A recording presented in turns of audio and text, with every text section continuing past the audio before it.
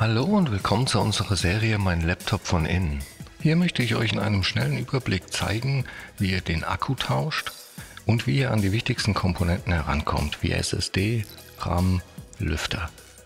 Ich zeige euch dabei das Innenleben des Laptops. Ich zeige euch auch, was es an Tipps und Tricks noch gibt, was ihr vielleicht beachten müsst und dass es im Grunde genommen nicht so schwer ist, einen Laptop aufzuschrauben und an die einzelnen Komponenten heranzukommen.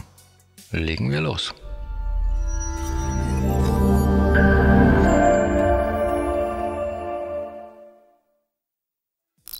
So, wir haben hier ein Lenovo ThinkPad und zwar ein X1 Carbon der 8. Generation.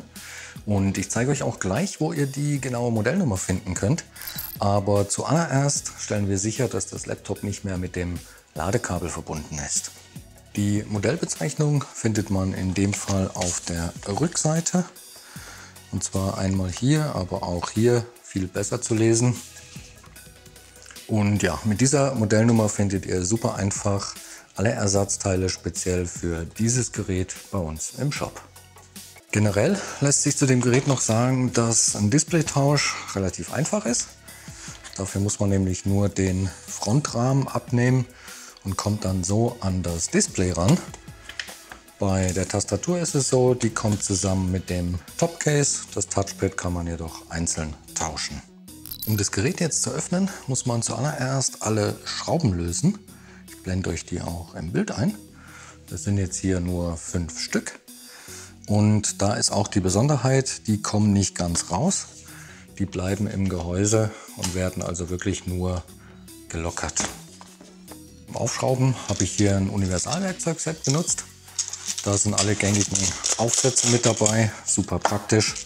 Ich verlinke euch das auch in der Videobeschreibung, falls ihr da Interesse habt. Und als Aufsatz nehme ich hier für die Kreuzschrauben einen Kreuzschraubendreher und zwar ein PH0. So, dann zeige ich euch mal die Verbindung zwischen Gehäuseunterseite und dem Gerät. Und das kann man hier ganz gut sehen. Und das läuft einmal hier unten rum.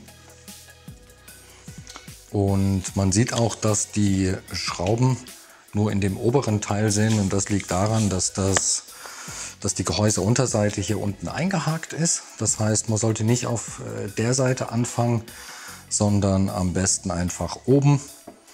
Und was ich euch auch noch zeigen will, ist, dass wenn man die Schrauben hier löst, die Unterseite meistens schon so einem ein bisschen entgegenkommt. Das muss nicht unbedingt sein, aber das ist halt oft der Fall. Und da hat man dann eigentlich schon die Möglichkeit, direkt hier anzufangen. Zum Öffnen selber nehme ich hier einen dünnen, flachen Metallgegenstand. Und dann nutze ich eben die Möglichkeit, hier da hineinzukommen und das nach oben zu hebeln. Sollte man hier keine Öffnung haben, dann geht man einfach zwischen die Gehäuseunterseite und das Gehäuse und hebelt das dann nach oben. Und ja, das kann manchmal ein bisschen knacken und knirschen, das ist aber normal. Das ist einfach, wenn sich die Einraststellen lösen. Und dann kann man sich hier so einmal um das Gerät herum arbeiten. Ich bin da jetzt in dem Fall nur vorsichtig, weil ich jetzt das Gehäuse nicht zerkratzen will. Und dann kann man meistens auch schon mit den Fingern drunter fassen und das mit ein bisschen Wippen abziehen. Genau, und hier sieht man eben auch die kleinen Ausbuchtungen, wo das hier eingehakt ist. Und ja, also man kann das sehr schnell öffnen.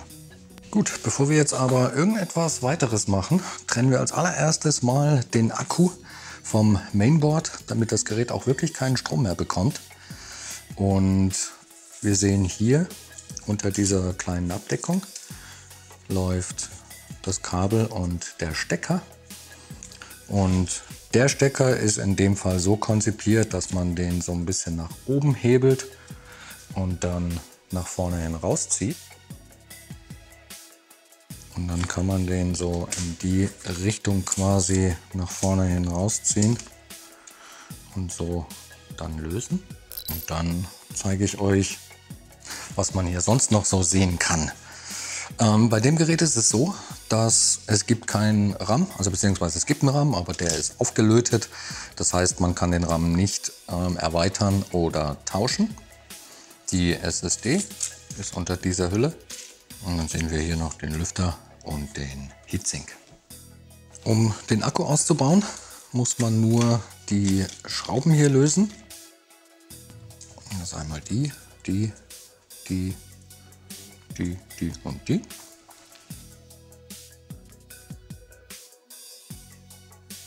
Und danach kann man den Akku nach oben hin aus dem Gerät nehmen. Und ja, da einfach schauen, dass man den nicht so arg hebelt, sondern wirklich nach oben hin wegnimmt. Und dann kommt er hier auch einfach raus. Und genau, dann kann man den gegebenenfalls auch tauschen. Direkt unter dem Akku sehen wir hier jetzt übrigens auch das Touchpad. Und das wird nur von 4 Schrauben gehalten. Und wenn man die rausgenommen hat, muss man auch das Kabel hier trennen. Und das ist in dem Fall mit einem Kippschalter verbunden, also da zieht man nicht einfach dran. Den klappt man erst nach oben. Und dann kann man das Kabel hier rausnehmen. Und genau, das Touchpad fällt dann quasi nach unten durch und dann kann man das von der anderen Seite entgegennehmen. Beim Wiederverbinden mit dem Kabel hier einfach nur schauen, dass das wirklich richtig drin sitzt, bis zu dieser Linie hier. Das kann manchmal ein bisschen friemelig sein. Genau, und dann wieder zuklappen. Ja, und dann hat man das. Die SSD auszubauen ist super einfach. Die wird nämlich nur von dieser einen Schraube hier hinten gehalten. Sobald man die draußen hat, kann man die SSD so ein bisschen nach oben hebeln, nicht so weit. Und dann aus dem Slot ziehen. Und das einfach, ja, das ist ein bisschen Kühlpaste, die klebt manchmal ein bisschen, deswegen ja, einfach ein bisschen nach oben hebeln. Und ja, der Einbau ist genauso einfach. Die kommt dann wieder in den Slot zurück. Auch bis ganz nach hinten einfach reinschieben. Ein bisschen nach unten drücken, dann liegt die auch wieder genau auf dem Gewinde und dann muss man die nur noch verschrauben. Beim Lüfter ist es hier so, dass der nur zusammen mit dem Heatsink erwerbbar ist. Das heißt, den muss man auch zusammen ausbauen. Der Lüfter selber hat keine Schrauben. Das heißt, man muss die 4 Schrauben am Heatsink lösen, die auch nummeriert sind. Und man muss das Kabel, welches den Lüfter mit dem Mainboard verbindet, trennen. Und genau, das kann man hier, weil da kommt man echt schwer ran, an den Kabeln hier hinten greifen und dann quasi so ein bisschen nach da rausziehen. Und je nachdem, wie der Lüfter jetzt geliefert wird, wie die Kabel hier drin sind, man kann hier ganz gut sehen, dass auf der einen Seite von dem Stecker Kontakte zu sehen sind. Und die zeigen beim Wiederverbinden hier nach oben. Ja, und dann kann man den kompletten Lüfter samt Heatsink nach oben hin aus dem Gerät nehmen und genauso wieder einbauen.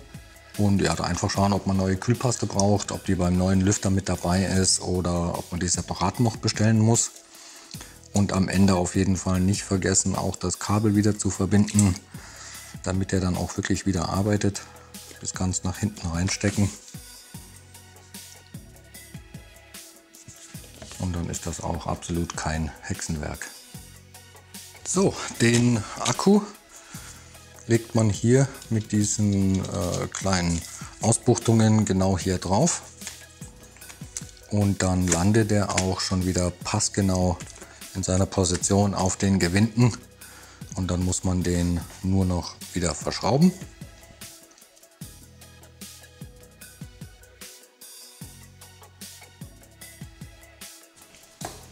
Und ganz wichtig, natürlich nicht vergessen, am Ende auch das Kabel wieder zu verbinden, damit der dann überhaupt auch wieder arbeiten kann.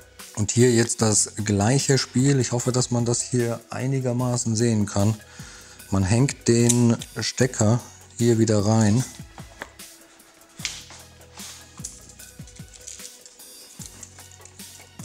Und dann drückt man den so ein bisschen nach unten.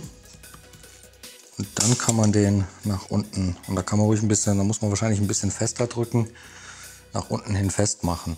Die Unterseite hatte ich euch ja schon gezeigt, dass es hier so kleine Ausbuchtungen gibt.